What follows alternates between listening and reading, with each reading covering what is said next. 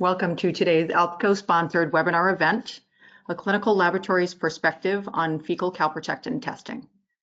My name is Bethany Bell. I am the Vice President of Global Business Development for ALPCO, and I will be your moderator today. As more clinicians adopt AGA guidelines related to treatment monitoring in Crohn's disease and ulcerative colitis, calprotectin testing rates continue to rise. This inspiring webinar offers helpful in-house automated insights into selection, implementation, and costs and workflow advantages. Our speaker will discuss how to validate and launch an FDA-cleared calprotectin assay, the available platforms and tips for successful implementation of fecal calprotectin testing, as well as the benefits of bringing calprotectin testing in-house. I'm excited to be hosting today's session and pleased to introduce our sponsored speaker, Dr. Heather Nelson. Dr. Nelson is a medical director of clinical chemistry at ARUP Laboratories and an assistant professor in the Department of Pathology at the University of Utah School of Medicine. She specializes in esoteric testing that includes non-infectious GI assays, advanced lipid analyses, neuroendocrine tumor markers, and maternal serum screening. Dr. Nelson received her doctorate degree in cell and developmental biology from SUNY Upstate Medical University, and then completed a postdoctoral research fellowship in diabetes, endocrinology, and metabolism at Vanderbilt University Medical Center, followed by her clinical chemistry fellowship training at the University of Utah. Before I hand the mic over to Dr. Nelson, I have a few housekeeping items to cover. First, today's presentation is being recorded. You will receive an email within a few days with a link to access the recording, which you can share with colleagues when you're able to. And next, we'd love to hear from you during today's presentation. If you have questions, please feel free to send them through the chat box. We'll save them for the end and we'll answer them as Dr. Nelson finishes her webinar. And just so you know, if we don't get to your question today, we will certainly follow up with you after today's session and make sure that we're able to answer all of the questions that came through.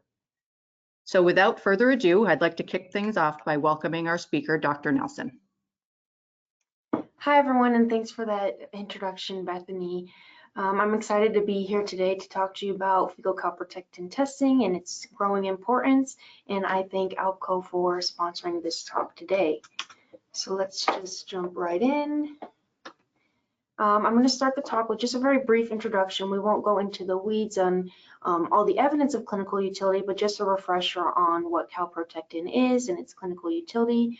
Then we'll talk more about some analytical considerations you'll want to think about as you consider bringing on an assay, and then we'll discuss how we validate the assay. I'll give pointers on what I did in my laboratory to validate the assay and things that might help you through that process, and then finish up with the benefits of in-house testing.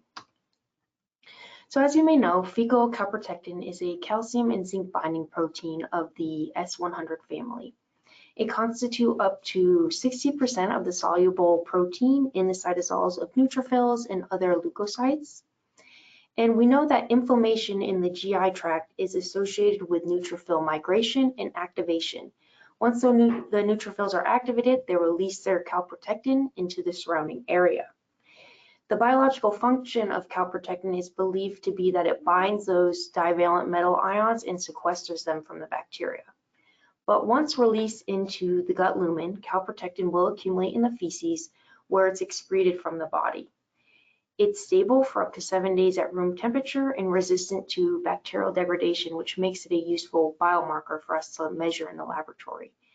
When we do measure in feces, it correlates well with neutrophil infiltration into that intestinal mucosal surface and within the gut lumen, and is a hallmark for digestive inflammatory pathology.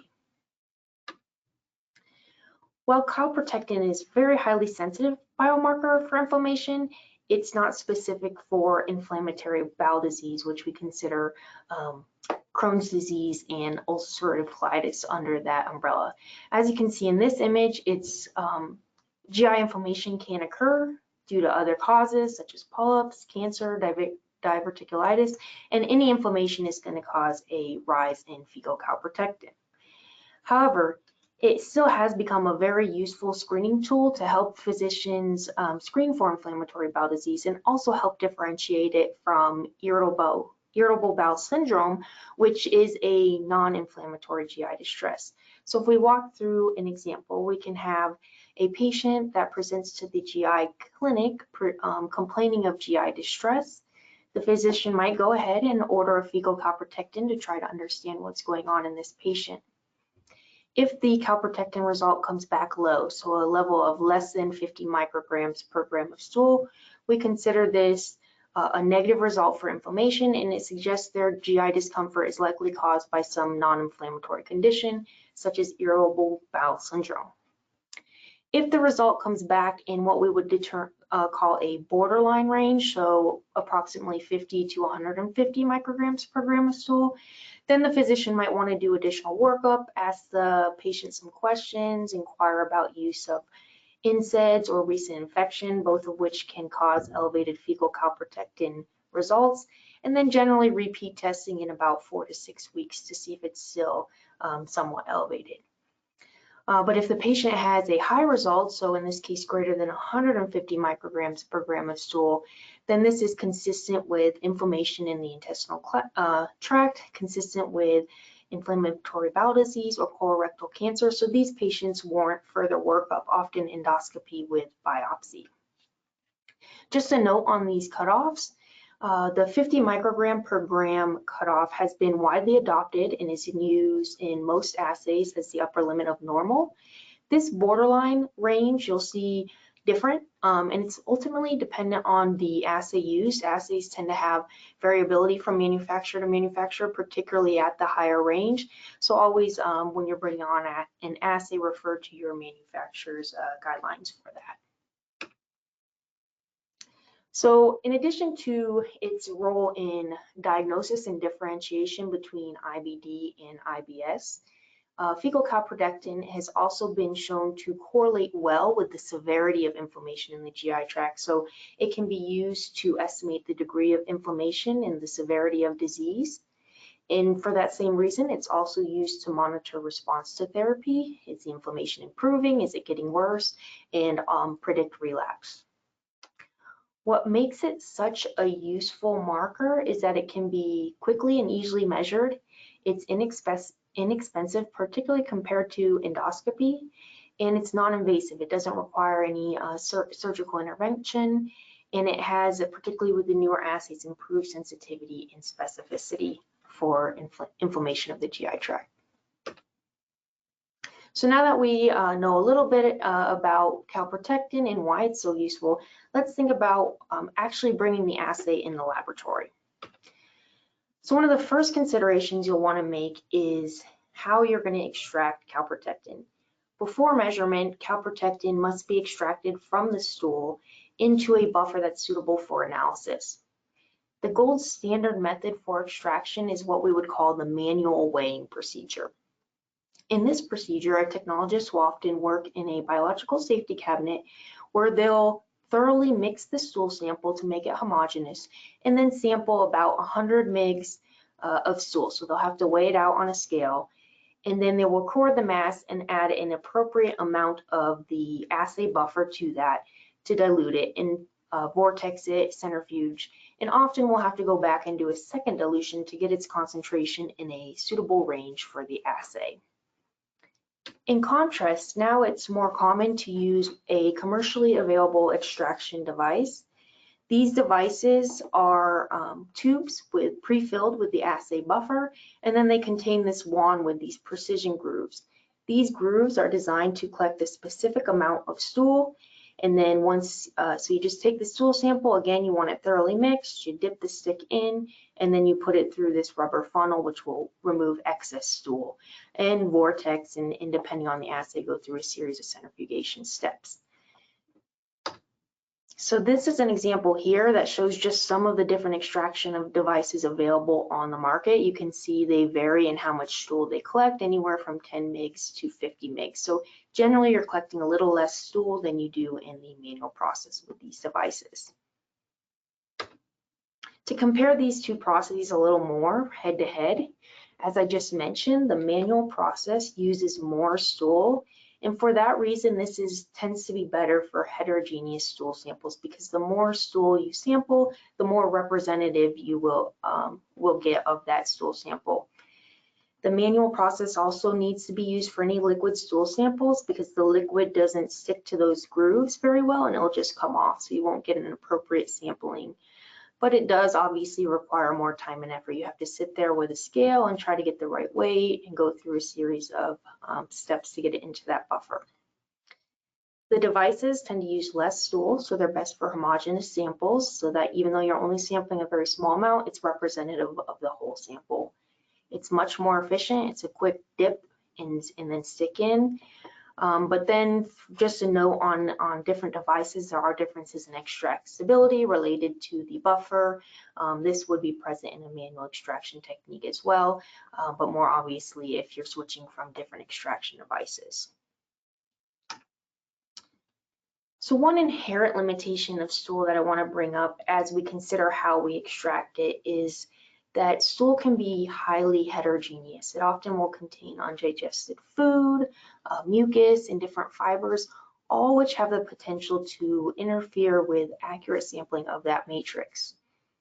Part of the heterogeneity is just in the consistency of stool. So if we look over at this chart, this is the Bristol stool types, which are rated 1 to 7. Type 1 Bristol stool is what we think of as like rock hard lumps. It's extremely hard. And then you have that going all the way softer and softer until you have type 7, which is entirely liquid with no solids. When we consider using the extraction device, it's important to realize that we can only use those devices for type 2 through 6. So if you had a type 1 or a type 7, you would need to manually extract that. The other limitation when we think about the heterogeneity of stool type is that it has variable water content on the order of 65 to 75%. And unlike urine, in which we use creatinine to normalize for variability in water to determine is this a dilute sample, is this a concentrated sample, we don't have a marker like that in stool, so it's really hard to normalize for water content. In addition to that, we tend to see a lot of day-to-day variability within a single individual. So one study looking at within subject variability found 30 to 40% variability from one day to another, even in healthy individuals in their fecal calprotectin concentration. That same study estimated that the reference change value would be on the order of 87 to 115%. The reference change value is a calculation that allows for the assessment of a significant difference or significant change in an individual when you do serial measurements on that individual.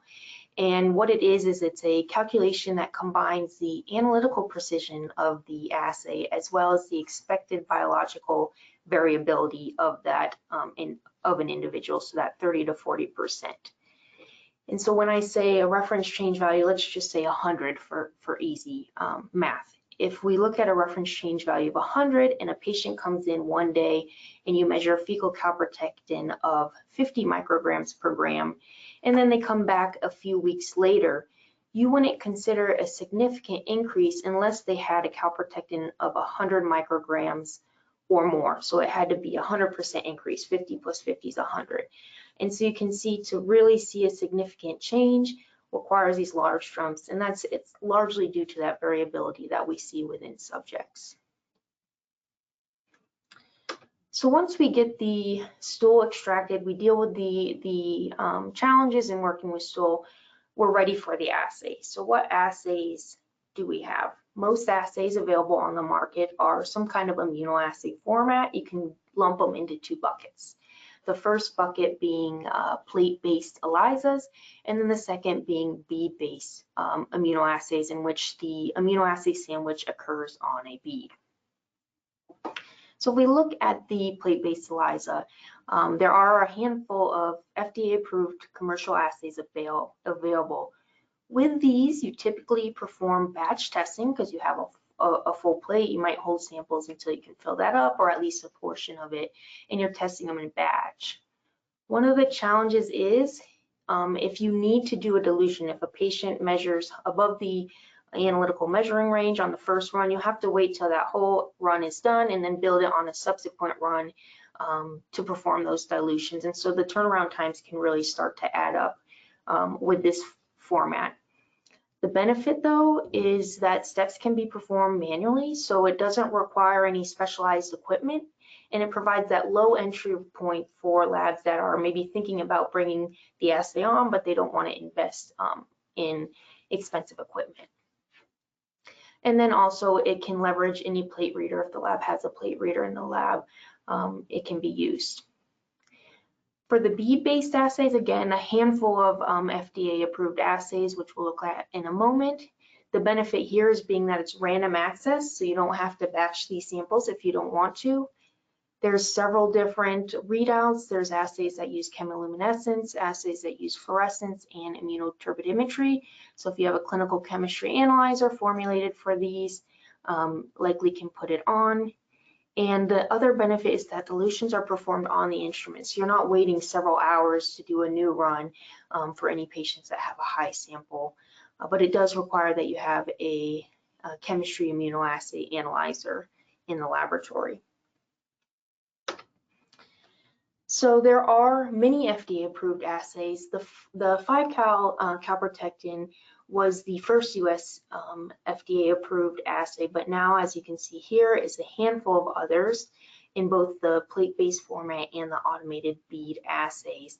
And all of these show pretty good clinical performance, and thus they made it through the FDA-approved assay. And so for the plate-based ELISAs, again, it doesn't generally require any specialized equipment, and you can use any plate reader. For the automated bead assays, often you'll need either the manufacturer-specific clinical chemistry immunoassay analyzer, or some of them you can run as an open channel on other immunoassay analyzers. Since there are so many assays available now, you might think about, how do I go about choosing one? So obviously, clinical performance of the assay is of greatest importance, but all of these FDA-approved assays have shown comparable and good clinical performance. So we check that box. So then some other things you might want to think about are, what are your expected test volumes for this assay? Do you need something that's more high throughput, like a bead-based assay?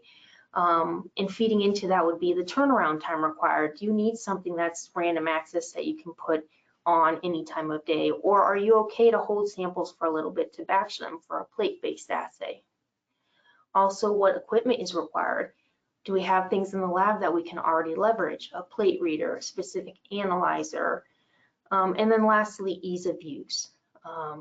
Obviously, if bringing in a new assay, you want a lower bar, easier to use. Something like the extraction device helps a lot. And then even just the ease of running the individual assays. So now we've talked about extraction. We've talked about how to choose an assay. Once we chose that assay, how are we going to validate it? So when validating an assay, we can follow the CLSI guidelines and validate much like we would any other FDA cleared assay. And the key tests there are accuracy, precision, linearity or reportable range, and then verification of the reference range.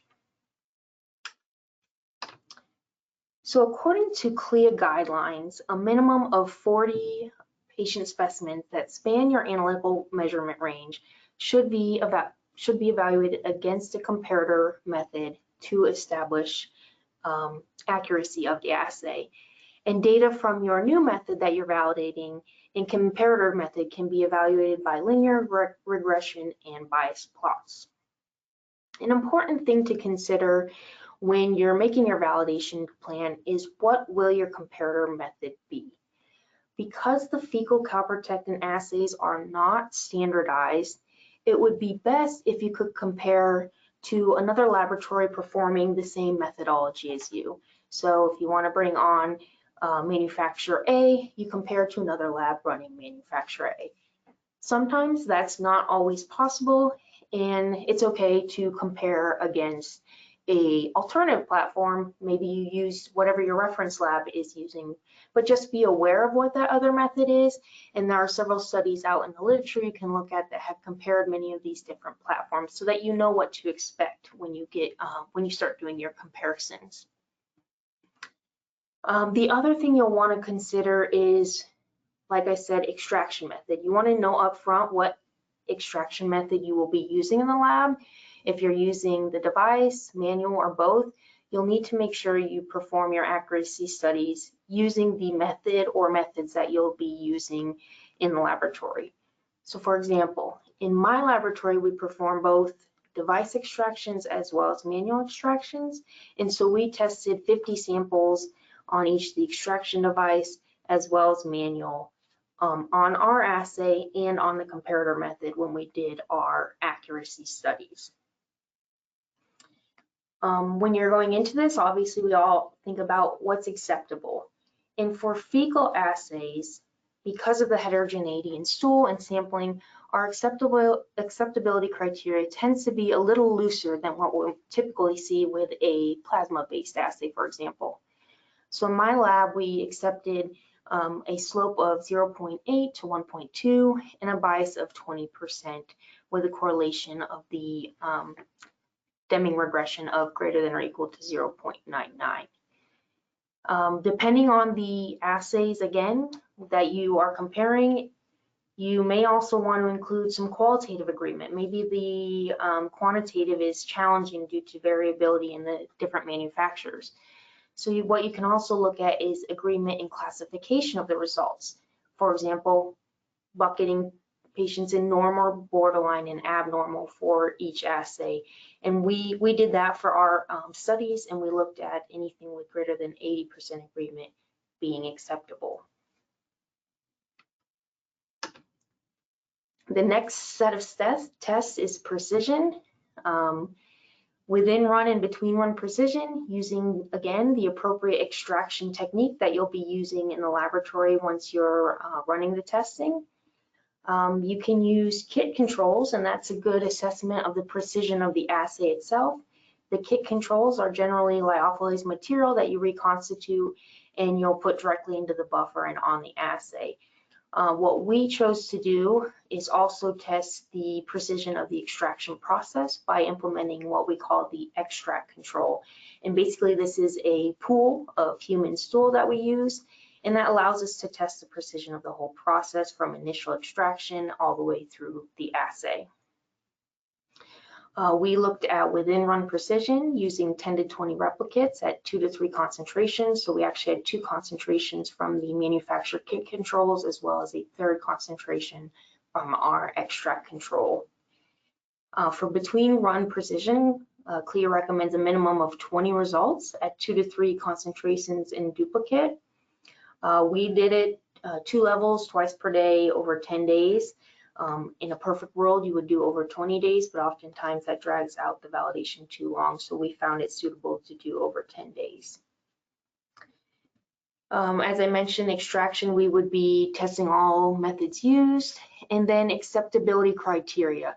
So precision of the kit controls, because it doesn't go through the extraction process, we consider that should be a little bit more precise. So our limits were set at less than or equal to 20%. But for the extract control, again, you have greater variability introduced by the extraction process. So then we set the precision requirements at less than or equal to 30%. The linearity or reportable range must also be confirmed based on manufacturer claims. Oftentimes, the manufacturer will provide linearity material that you can use, or you can consider extracting a high patient sample and then diluting it to determine percent recovery. Requirements are just to test a minimum of 5 concentrations that span that range, and you can perform them on one run with at least duplicate recovery. The criteria we use using both the manufacturer linear material as well as our high patient control was recovery within 85 to 115%. And with the extract control, another note is we extract it once and then we dilute the extract. So then you reduce the variability from extraction sampling. And then lastly, we have our reference range verification. CLIA does require that we verify package insert claims with a minimum of 20 specimens, 90% of which must fall within the proposed interval. What we did was just verify that lower cutoff using specimens from healthy donors. So the borderline cutoff's not really a clinical thing that you can verify in healthy individuals, right? So that's why we just targeted this 50 microgram per gram cutoff. And the donor criteria we used was that the individuals contributing to the study didn't have a history of IBD or pancreatic insufficiency. They didn't have any recent abdominal pain or diarrhea, and they weren't taking any proton pump inhibitors or NSAIDs over the last 5 days. And we were able to confirm in our sampling that less than 50 microgram per gram was appropriate in our patient population. So after validation, I think another important consideration I just wanted to throw in here is how do we monitor the testing process after go live? And this gets back to our controls. So we have the kit controls, but again, I said that just monitors the assay performance. But if you think of the whole testing process as a whole, that misses the extraction process, and we want to make sure there's no errors upstream of putting it on the analyzer. In other words, we want to catch any errors within the extraction itself. So we chose, and again, this is optional, but we chose to create this pooled stool extract control in order to monitor that process. Basically, we use pooled stool just because at our high volumes, we need a lot. At smaller lab, maybe you would just take one patient sample and aliquot it for this control. And then we run this in both our extraction device as well as our manual extract with every batch that we're extracting. And this is just an example of what some of the data looks like. And you can see that it performs pretty well, and it allows us to monitor our testing process very closely, starting at the extraction. So now we've discussed what calprotectin is, some of the analytical considerations, and how to validate a test. Now, why would you want to do this? What is the benefit to validating a test and bringing it in the lab? The first is that it can have huge patient impacts, and namely in faster turnaround times.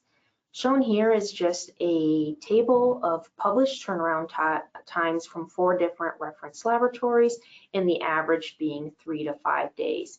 So on average, it's taking 3 to 5 days after the laboratory receives the patient sample to report a result. Additional interactions with physicians, particularly GI specialists, say on average in their practice, it seems like it takes 7 to 10 days from submission. And this makes sense because after the patient collects it, brings it to the laboratory, then it's sent out, goes through shipping, so it adds on a couple days before the reference lab might even get it. And then based on guidelines, symptomatic patients with elevated biomarkers are candidates for treatment changes. So when we start delaying a test result 7 to 10 days, then we could potentially delay treatment for a week or even 2 weeks for these patients, or if they need a treatment adjustment. So the quicker we can get a result for these patients, the better and more timely care we can provide them. In addition to helping the patient, we can help the lab. We can make this testing a lot more cost effective. So there is a CPT code for fecal calprotectin shown here, and Medicare reimbursement is $19.63, private insurance is higher. If we compare that to the send out costs determined from different test directories as well as internal data, we know send out costs are on the order of $100 to $200 for this testing. And if we compare that to what the assay costs for running in-house are, it's about $5 to $15 based on the methodology and equipment used. And then you might want to tack on an additional 25 to 30% for labor and overhead. So we're still looking at $6 to $20 compared to the $100 to $200 send out cost. And then also allowing this upfront screening opportunity provides significant cost savings over a diagnostic and endoscopy cost, which is on the order of $1,000 to $1,500, not including histology. And so some patients will still need endoscopy, but as an initial screen, fecal calprotectin offers a lower set point and a more cost-effective approach. And then only those patients that have elevated results then need to go on and pay for that cost of endoscopy. In addition to saving costs, improving turnaround times, there's evidence that there's a growing market for fecal calprotectin. Throughout the world, the prevalence of people diagnosed with these diseases has increased over the last several decades. And North America is considered to have among the highest prevalences of IBD. A recent study that was led by the Crohn's and Colitis Foundation found that the prevalence of IBD in the United States is approximately 1 in 100 people, and that there are about 2.4 million Americans that are already diagnosed with IBD today. In addition to that, calprotectin has recently been included in clinical guidelines for diagnosis and monitoring of IBD, as you can see updated in 2023 for both Crohn's disease as well as ulcerative colitis. And based on these guidelines, this biomarker is no longer considered experimental, and it should be an integral part of inflammatory bowel disease care. Under the guidelines, the patients in remission would have their fecal calprotectin checked every 6 to 12 months, and people with active symptoms would have their biomarkers checked every 2 to 4 months. So you have return or repeat testing based on the clinical population and continuum of care that they need. More objective evidence of the growing market is shown here. So what we're looking at is laboratory growth based on PT surveys. So in this first graph here on the left is the number of labs submitting CAP PT just for one individual platform. And you can see from 2021 to 2024, we're looking at almost 5 times growth. In an alternative PT assessment, this is actually an international PT, so it wouldn't just be laboratories in the US. If we look at testing across all platforms, again, since 2020, 2021, we see increased growth that's still trending upward. Corroborating that with growth that I've seen here at our laboratory, you can see that there's been nearly 20% growth in our test volumes from 2021 to what we're projecting to see in 2024 based on current volumes. And you can see we're starting to see a plateau here, and that's just because there are more laboratories that are starting to bring this testing in-house, which then shifts it from the reference laboratory to closer to patient care. So this is things that we like to see. And with that, I'd like to thank you for your attention and be happy to take any questions.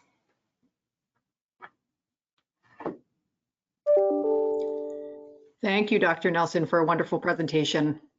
We do have a few questions that have come in, and I just want to remind folks that are listening in that at any time, if you have a question that comes up in the midst of her answering some of these questions, you're welcome to enter them into the chat box.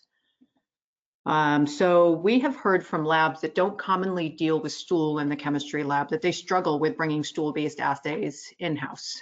They consider it to be a significant cost or staff burden. So what kind of advice do you have that you can offer to them on this? Yeah, it's a challenge anytime implementing change, but in reality, once you establish some processes and provide the initial training, it's not much of a burden. If we think of it even just from a safety perspective, handling of stool is not different than handling blood or other body fluids. It still requires that we use standard PPE and microbiological lab safety practices for biosafety level 2. So that includes handling it with gloves, a lab coat, eye protection, as well as a biosafety cabinet when needed. And you really, as far as the cost, you really don't need to invest in a separate equipment. You can utilize existing equipment in the laboratory. Obviously, as you go between, you might just want to use standard decontamination techniques to clean the surfaces between uses of, say, stool and blood. But it's certainly possible to leverage what you already have. Okay, thank you. So you've started to kind of touch on how maybe stool as a matrix isn't as challenging as one might anticipate just based on how you have to handle other matrices. There is a question that came in that's related. Do you see validating a stool-based assay the same as or different from other specimen types based on some of the limitations and challenges you've described throughout your talk? Yeah, that's a good question. So really, we don't see it different, and we don't change our practices as far as the analytical, what we're actually doing. But what we do change is our expectations. So the steps we perform as I walk through are much like what you do for any other assay, whether it be blood-based or urine-based, as far as testing accuracy, precision, linearity, and your reference range. But what's different is what we anticipate or what we set as our acceptability for the performance of these assays. I went through before talking about how there's imprecision in the extraction process and there's heterogeneity in the stool. So we need to understand that going in and maybe set wider limits for precision and wider limits for biases that we're expecting to see in these assays, because often the imprecision is not a reflection of the assay itself, but it's more of a reflection of the stool, the heterogeneity in stool and the extraction of that. Thank you. So another question that just came in is, we've had requests to bring calprotectin testing in-house, but don't necessarily feel that the volumes warrant us investing in that. Are there any other tests that we should be considering bringing in alongside calprotectin, which might help us justify the change? Yeah, so ultimately that's going to depend on what other testing your physicians in-house are ordering and what platform you're looking at for calprotectin is. For example, does that platform or manufacturer also produce XYZ that can be put on that same analyzer? And is XYZ being ordered by your clinicians? So just to talk through some markers that we think about, if you're thinking about related to calprotectin, fecal lactoferrin is a related marker. It's another protein that's in neutrophils and released upon activation. But that said, its clinical performance has been shown to be very similar to fecal calprotectin, and there's currently no support for needing to measure both in the same patient. So that's one where I might say you don't really need to bring both of those assays in. You might recommend to your physicians, if they're ordering lactoferrin, but you're bringing calprotectin in-house, to maybe shift to calprotectin. Another high volume fecal test that might be in a different platform, but would use some of the same techniques as far as handling the stool, would be measurement of fecal hemoglobin using fecal immunochemical tests, or FIT testing. So the primary clinical utility here is a little different in that it's used in many colorectal cancer screening programs. However, there is some overlap. So we know that patients with IBD are at increased risk for colorectal cancer. So their recommendations as far as screening those patients are higher. So maybe if you're in a clinic that's seeing a lot of patients with IBD, then you might want to bring in both calprotectin to monitor their therapy, as well as fecal immunochemical testing to screen for colorectal cancer. And there's also some evidence to suggest that if a patient with a history of IBD has undetectable blood by FIT, then it can reliably rule out significant bowel disease in that patient. So it can also be used as a marker for mucosal healing. So that's one that I think would pair well with calprotectin. Okay, thank you for that. So just want to give the folks on the line another couple of seconds here. If there's any other questions you'd like to add to the chat box, please feel free.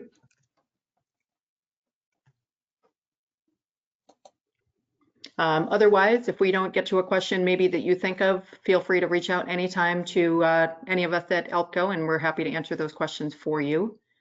So thank you for joining us today. We certainly covered a lot of information, and this again will be given to you as a recording. So if you want to revisit anything that Dr. Nelson has described today relative to how to assess a test, how to bring it on, and the value that is coming with bringing calprotectin testing in-house, you can certainly view it again. We hope that you enjoyed this presentation. And we want to thank you again, Dr. Nelson, for all of the work that you put into this, and we thank the attendees for listening. My pleasure. Thank you.